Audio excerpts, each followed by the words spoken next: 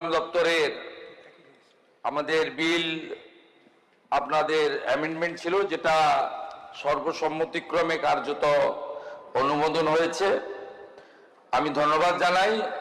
আমি বিষয়ের বাইরে আপনি আমাকে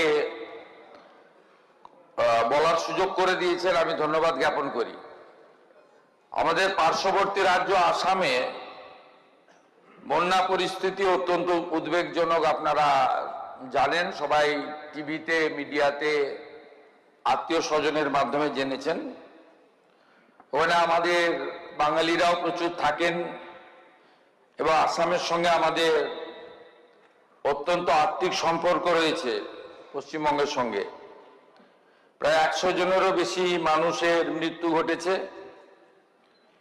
ভারত সরকার এবং আসাম সরকার এবং নানা সামাজিক প্রতিষ্ঠান, ব্যক্তিগতভাবে অনেকেই এগিয়ে এসেছেন।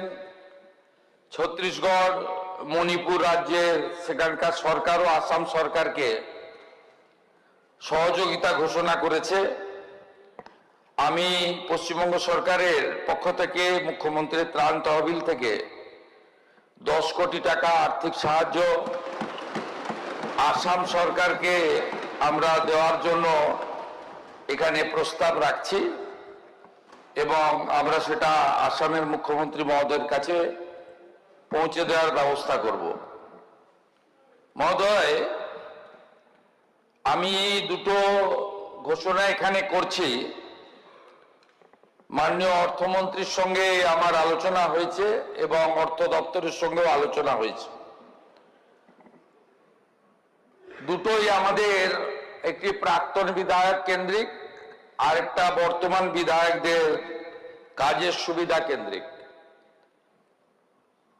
বিষয় হচ্ছে, আমরা দীর্ঘদিন ধরে দেখেছি বিভিন্ন সময় বিধায়কদের নানা সুযোগ সুবিধা ইত্যাদি বিগত সরকার বৃদ্ধি করলেও প্রাক্তন বিধায়কদের ক্ষেত্রে কোনো রকম অর্থনৈতিক সুরক্ষা বা তাদের সহযোগিতা বিগত সরকার করেননি। এবং আমি হয়তো ওই সামান্য টাকা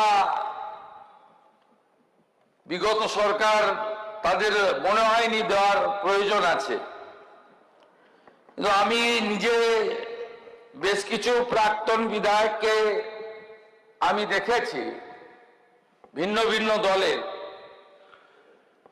তারা অত্যন্ত সততা নিষ্ঠা নিয়ে তাদের বিধায়কের কার্যকাল অতিবাহিত করেছেন। আমি এক্ষেত্রে পূর্ব মেদিনীপুর জেলায়, তখন অবিভক্ত মেদিনীপুর, মহিষাদলের প্রাক্তন বিধায়ক দীনবন্ধু বাবুর কে দেখেছি এখনো প্রত্যেক দিন সাইকেল চালিয়ে যাতায়াত করেন, বাজার থেকে আনাজ জিনিসপত্র যেভাবে কেনাকাটা করেন, লোকের সঙ্গে বসে এক বেঞ্চিতে চা খান। আবার আমি কয়েকদিন আগে একটা ভিডিও দেখছিলাম,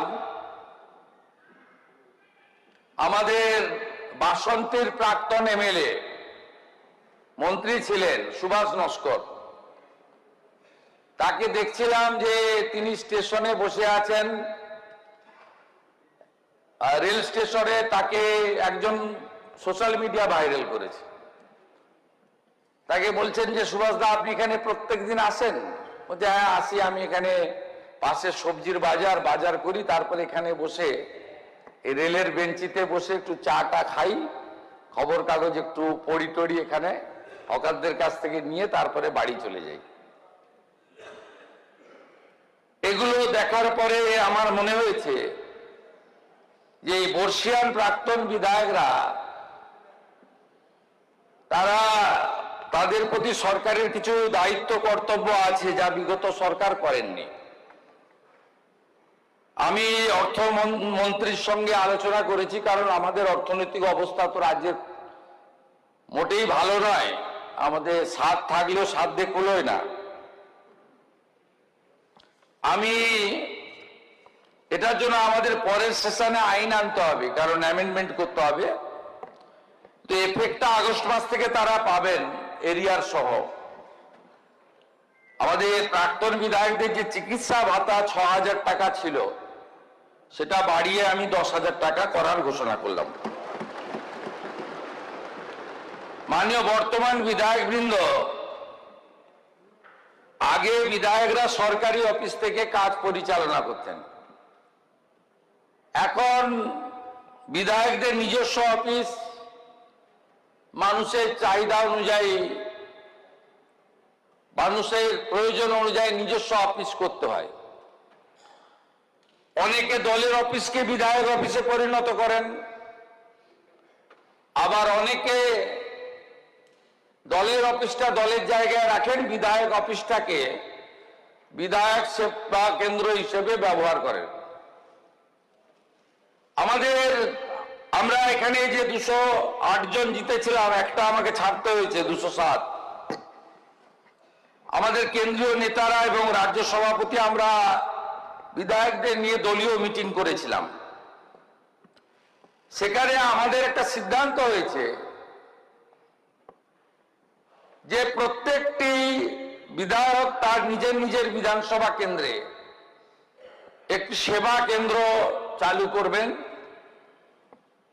যেটাতে কেবলমাত্র তার বিধানসভার এলাকার জনগণের সঙ্গে বিধায়কের সম্পর্ক থাকবে এবং সেখানে দলমত বর্ণ ধর্ম নির্বিশেষে যারা তাকে ভোট দিয়েছেন তারাও পরিষেবা পাবে, যারা তাকে ভোট দেননি তারাও পরিষেবা পাবেন। শতাধিক বিধায়ক ইতিমধ্যে সেবা কেন্দ্র আমরা চালু করেছি। অনেক রকম বিরোধী পক্ষ আছেন, আপনারা কি করেছেন আমি জানি না, কেউ কেউ হয়তো করেছেন, কেউ কেউ ভাবছেন করবেন। এখানে সেবা কেন্দ্র চালাতে গেলে অর্থের প্রয়োজন হয়, একটা মিনিমাম ব্যবস্থা লাগে। এক্ষেত্রে আমার দুটো শর্ত বলুন, প্রস্তাব বলুন আছেন, স্পিকার মহোদয়কে এটা দেখে নিতে হবে, এনশিওর করতে হবে। একটা হচ্ছে যে বিধায়করা তাদের সেবা কেন্দ্র চালু করবেন, সেই সেবা কেন্দ্রের নাম দিতে হবে নেতাজি সুভাষচন্দ্র বসু সেবা কেন্দ্র। আর পশ্চিমবঙ্গ সরকারের তথ্য সংস্কৃতি দপ্তর থেকে আমরা ধুতি পাঞ্জাবি পরিহিত নেতাজি সুভাষচন্দ্র বসুর একটি ছবি আপনাদেরকে পাঠাবো। ওই অফিসে এটা রাখতে হবে আপনাদের, ম্যান্ডেটারি। এই দুটো কাজ যদি করতে পারেন তাহলে 30,000 টাকা করে মাসে আপনারা সেবা কেন্দ্র চালানো খরচ পাবেন। এটা আগস্ট মাস থেকে পাবেন, পরের বিধানসভায় আমরা অ্যামেন্ডমেন্ট করে নেব অর্থমন্ত্রীর নেতৃত্বে,